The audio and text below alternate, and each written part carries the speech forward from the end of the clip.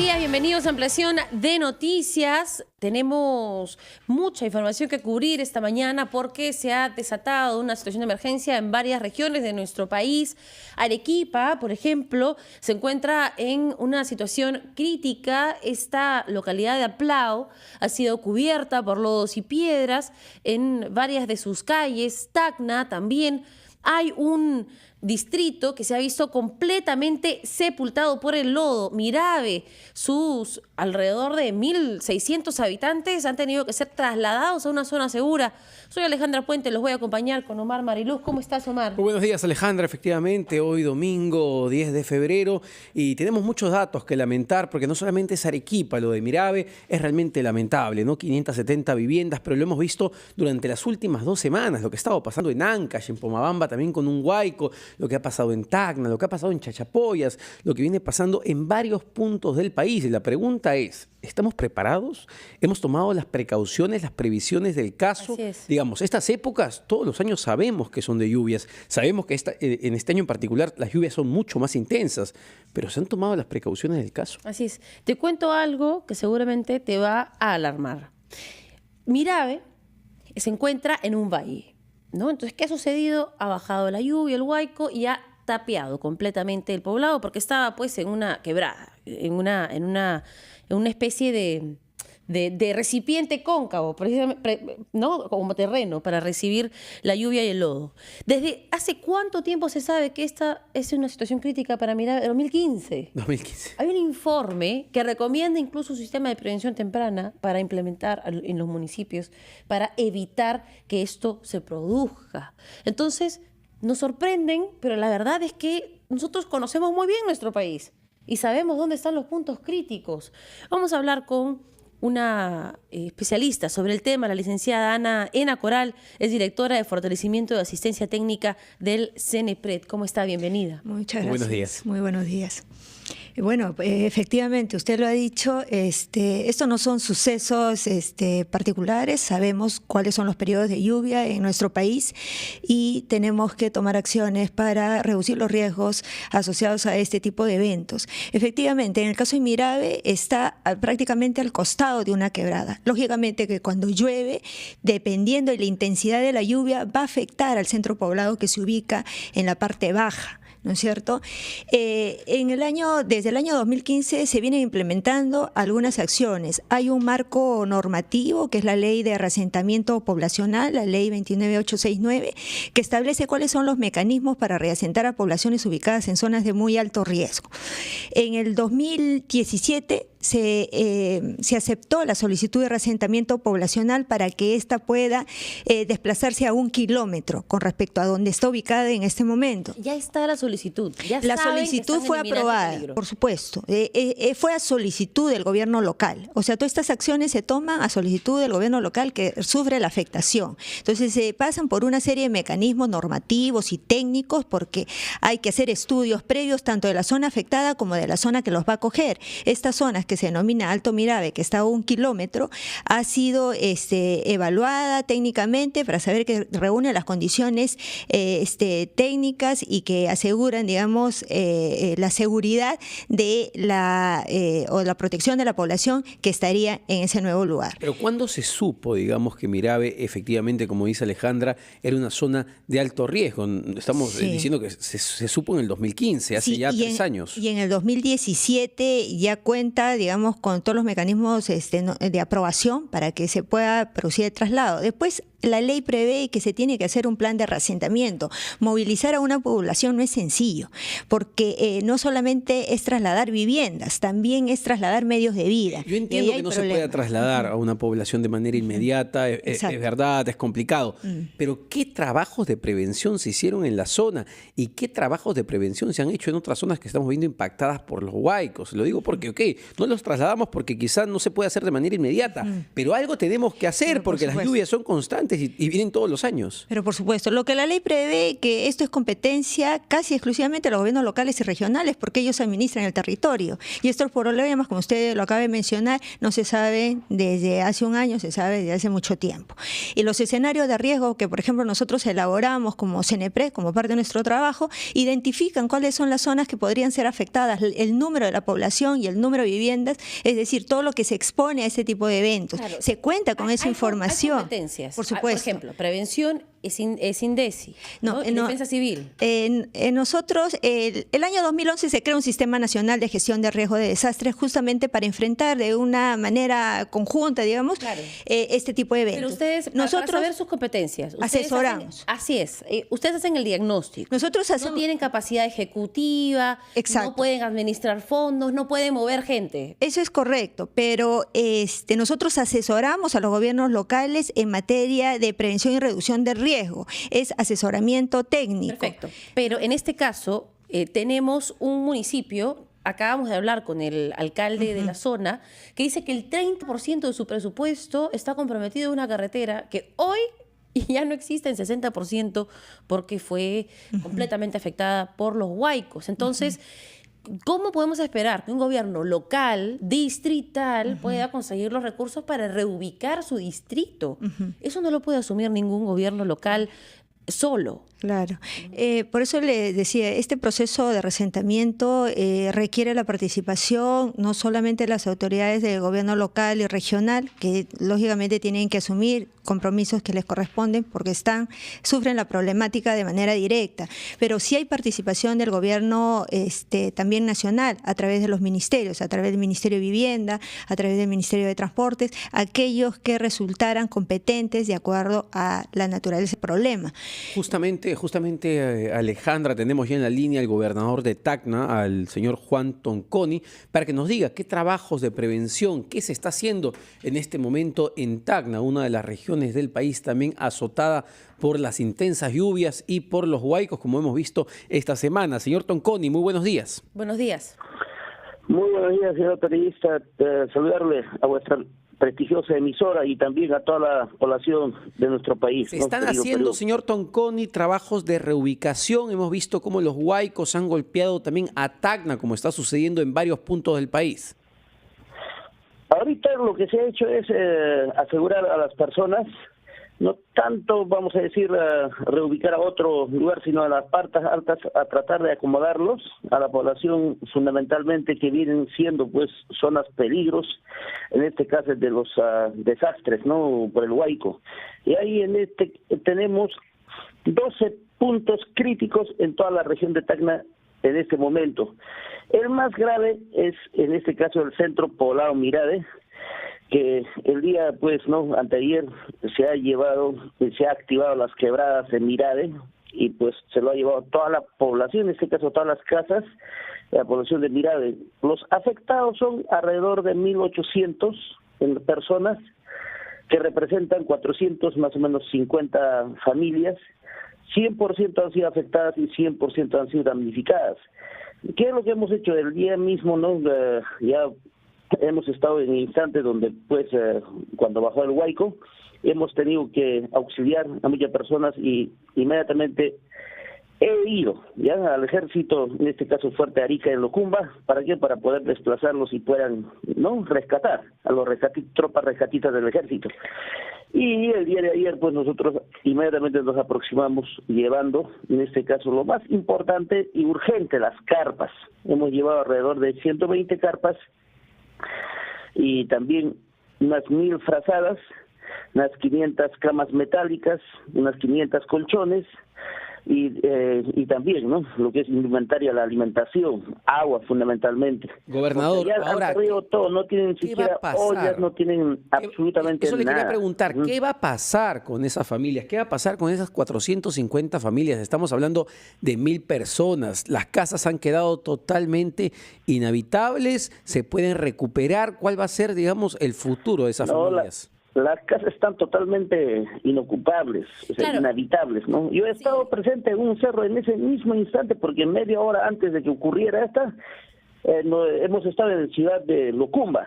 De ahí nos enteramos, apenas escuchamos que va a haber un hueco, entonces nos fuimos al centro poblado Mirave. ¿Para qué? Para poder alertar a la población con el mismo alcalde del centro poblado, y hemos tratado de evacuar el presidente de la a la República población en las laderas del cerro, en la punta del cerro. Y entonces, ahorita lo que tiene que hacerse urgente primero es, primer punto era rescate, segundo punto, ya de alguna manera llevarlos a las partes altas y dar todos los implementos para que la población no de verdad esté adecuadamente atendida. También hemos desplazado en este caso la Dirección Regional de Salud con todos los brigadistas de salud.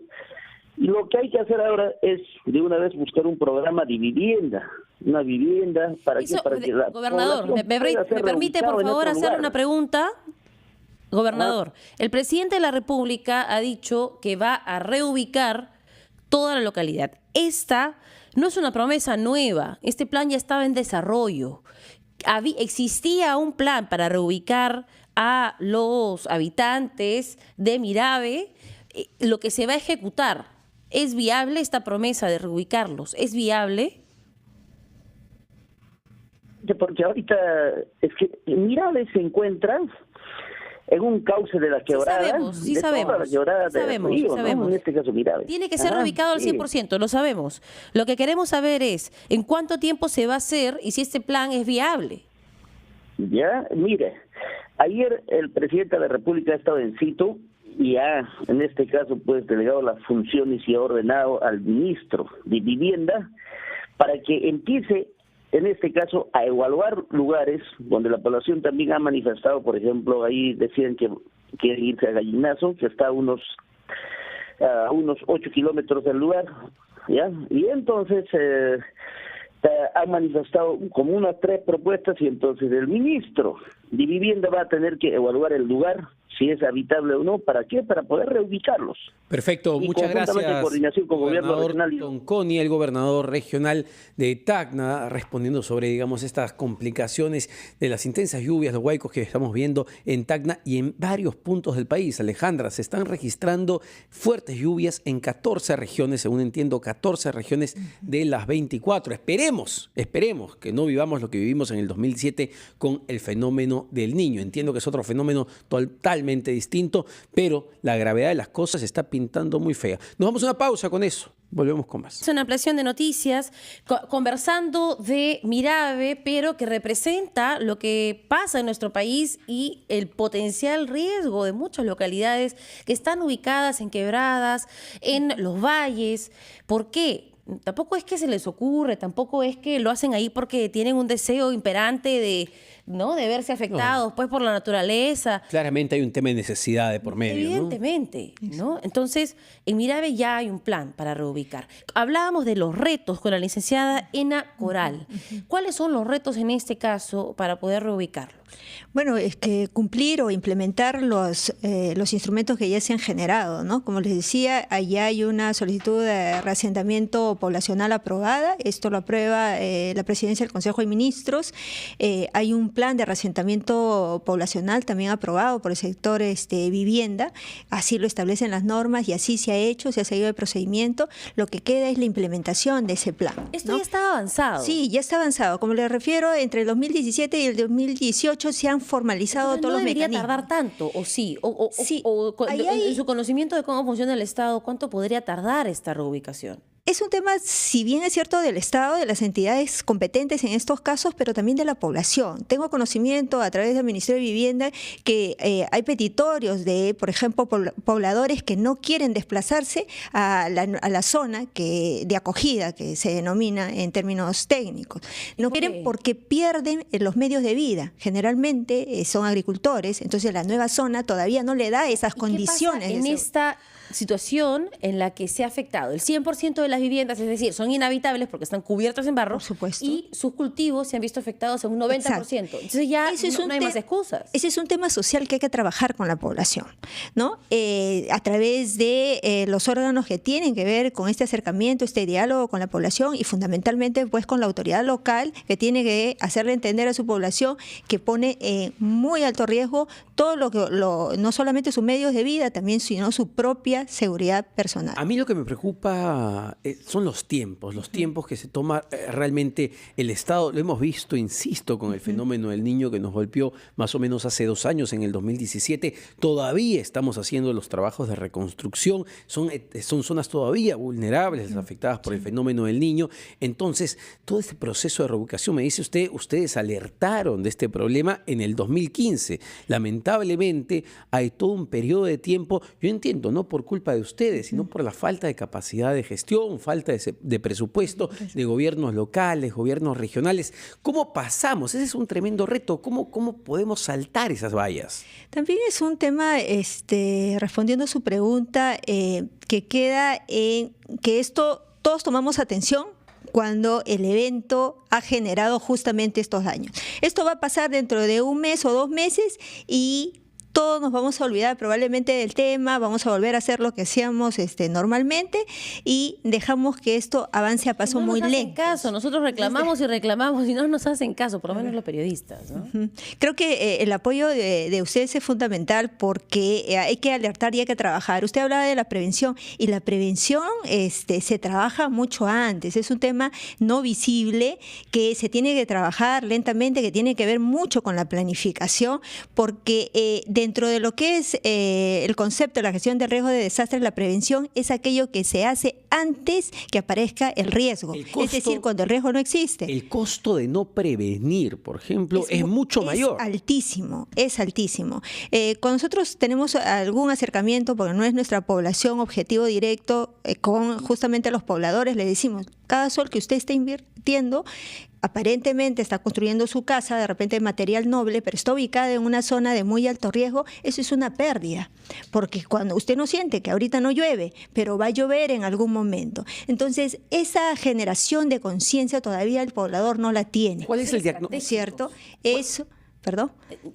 No, perdón, preguntaba cuál es el diagnóstico actual, porque se entiende que febrero es una época, digamos, de lluvias mucho más intensas, es decir, ¿cuál es el nivel de vulnerabilidad en este momento? ¿Cuáles son los puntos críticos que han evaluado ustedes? La vulnerabilidad es alta en muchas regiones del país. Hay población expuesta porque justamente está ubicada en zonas donde no se debe ubicar. ¿Cuántas localidades, cuántos distritos tienen las mismas características que Mirave? Mire, yo no tengo esa cifra en este momento exacta, pero sí lo tenemos dentro de los escenarios de riesgo. Las zonas críticas depende de los peligros de los cuales estemos hablando, ¿no? Por ejemplo, ante peligro sísmico tenemos casi toda la costa, ¿no? Ante peligro por inundación, parte de la costa, parte de la selva y parte de la Sierra Sur. Entonces, son muchos puntos y lo que hay que hacer para prevenir, digamos, en zonas que aún no están ocupadas, es que se tiene que declarar la intangibilidad y cada autoridad tiene que ser vigilante que estas zonas que ya se conocen que están como alto riesgo no permitan el asentamiento. Eso un cambio en la ley, porque ¿qué sucede hoy en la ley? La ley establece que es competencia municipal y de las autoridades locales hacer cosas como la zonificación, declarar intangible un aspecto del territorio. Eso antes estaba a cargo del gobierno nacional y le quita, digamos, Cenepred es del gobierno nacional, hace todos los diagnósticos de las zonas intangibles. Si va a un gobierno local corrupto, y le recibe el informe, le dice muchas gracias y lo ignora, ¿no? ¿Debería haber un cambio en la ley? Ya hay una ley. El año 2017 se emite la ley 3645 que declara la intangibilidad de las zonas de muy alto riesgo. Es decir, está prohibido que se le otorgue servicios de agua, de luz, se les dé títulos de propiedad a pobladores que han ocupado zonas de muy alto riesgo no mitigable, ya identificadas, ¿no? El problema lo tenemos desde la creación de estas leyes hacia atrás, ¿no? Porque, por ejemplo, volviendo al tema de Mirave, Mirave tiene un estadio, tiene infraestructura como si la tendría en una zona urbana segura. Y entonces ahí algo pasó. Y estamos hablando del 2011 en adelante, ¿no? Porque el año 2011, justamente evaluando toda esta problemática, se consideró necesario que se cree un sistema nacional de gestión de riesgo de desastre, donde hay una participación de los 3 niveles de gobierno fundamentalmente. No es atractivo, me pongo a pensar con lo que usted menciona, ¿no? Que tienen un estadio en Mirave y todo esto, tienen infraestructura, pero me hace pensar, ¿no es atractivo quizá para un alcalde, no es atractivo quizá para un gobernador regional invertir, incluso para un presidente de la República, invertir en prevención, porque no es algo tan visible, no es algo que le va a generar réditos políticos? ¿Ese quizás es un problema? Esa es una de las dificultades que nosotros hemos encontrado y que lo hemos conversado con las autoridades. Tenemos que reconocer que durante los últimos años se está generando una mayor conciencia de nuestras autoridades, pero no podemos decir que es de todos, ¿no? Este tema para mirar la gestión de riesgo de desastres, como usted lo ha dicho, no da réditos políticos, no es visible, hay que trabajar justamente cuando no pasa nada para evitar que pase. A veces se dice, no ha ocurrido nada, este año no ha habido afectación, pero si miramos y revisamos un poco detenidamente, es quizás porque sí se han adoptado medidas de prevención y de reducción de riesgo, por eso que la afectación no se ha hecho visible. Pero conversamos del tema cuando la afectación y los daños son porque realmente técnicamente no alarmantes. estamos en el peor escenario. El Sename ha dicho que esto no es un niño. Pero por supuesto. Entonces esto no es tampoco el peor escenario. Esto es un escenario técnicamente un poquito anormal. Pero como decíamos, el tema es de la vulnerabilidad. Tenemos población altamente expuesta. Aunque la lluvia no sea muy intensa, va a generar daños porque... La ONU dice que el Perú es el tercer país del mundo más vulnerable a los efectos del cambio climático. Y eso incluye huaicos y lluvias. Sí, exacto. Pero la pregunta es, no podemos reubicarlos a todos, pues, ¿no? No hay. ¿Cómo hacemos? ¿Qué otras medidas tenemos? Porque me ponían en el escenario hace unas horas de los países, no sé, pues en Europa, en China, que viven también en zonas altamente vulnerables y que, no sé, me pongo en el ejemplo de las nevadas, sufren nevadas 3 meses al año, bloquean todas las carreteras, todos los servicios, se cae el alumbrado y en 2 horas, 3 horas ya han restablecido la luz, los servicios y han abierto las carreteras. Sí. ¿Por qué no tenemos ese sistema de reacción nosotros? Claro. Mire, la ley prevé todos estos aspectos porque nos habla de varios momentos donde uno tiene que actuar. Usted decía, efectivamente, un reasentamiento no se hace de un día a otro ni de un año a otro, es todo un proceso gradual, ¿no? Pero hay acciones que se tienen que adoptar en el marco de esta temporalidad, digamos, y son cómo me preparo yo para responder a una situación de emergencia. Y hay varios, la ley prevé varios mecanismos, el asesoramiento técnico en esa materia está a cargo del Instituto Nacional de Defensa Civil. Porque así está previsto que son componentes y procesos que se tienen que dar uno tras otro, ¿no? Si las lluvias, y quiero preguntarle esto, si las lluvias se intensifican en los próximos días, valgan verdades, ¿estamos preparados o lo que vamos a ver es más huaicos en todo el país y lamentablemente sin capacidad de reacción? Bueno, creo que las evidencias nos demuestran que no podemos enfrentar esas situaciones. Bueno, el gobierno nacional ha actuado, el presidente ayer lo hemos visto y está viajando a diferentes zonas del país. Pero algo importante que dijo y que creo que hay que destacar es que si bien hay que actuar rápidamente para apoyar a la población afectada, hay que pensar también en qué acciones se toman dentro del marco de la planificación para que esto no vuelva a suceder. Pero literalmente es un problema que nos desborda. Definitivamente, lo estamos viendo y ante esa evidencia pues no podemos decir lo contrario, ¿no? Bien, muchísimas gracias por habernos acompañado. Bueno, las advertencias están hechas. El CENEPRED tiene un mapa de las zonas de riesgo de nuestro país. Son más de 500, según esa información que nos han proporcionado. Muchos casos, como los de Mirave, que se trata de asentamientos ubicados en quebradas, que necesitan ser reubicados al 100%. Esto toma tiempo, pero hay que acortar los plazos con eficiencia administrativa.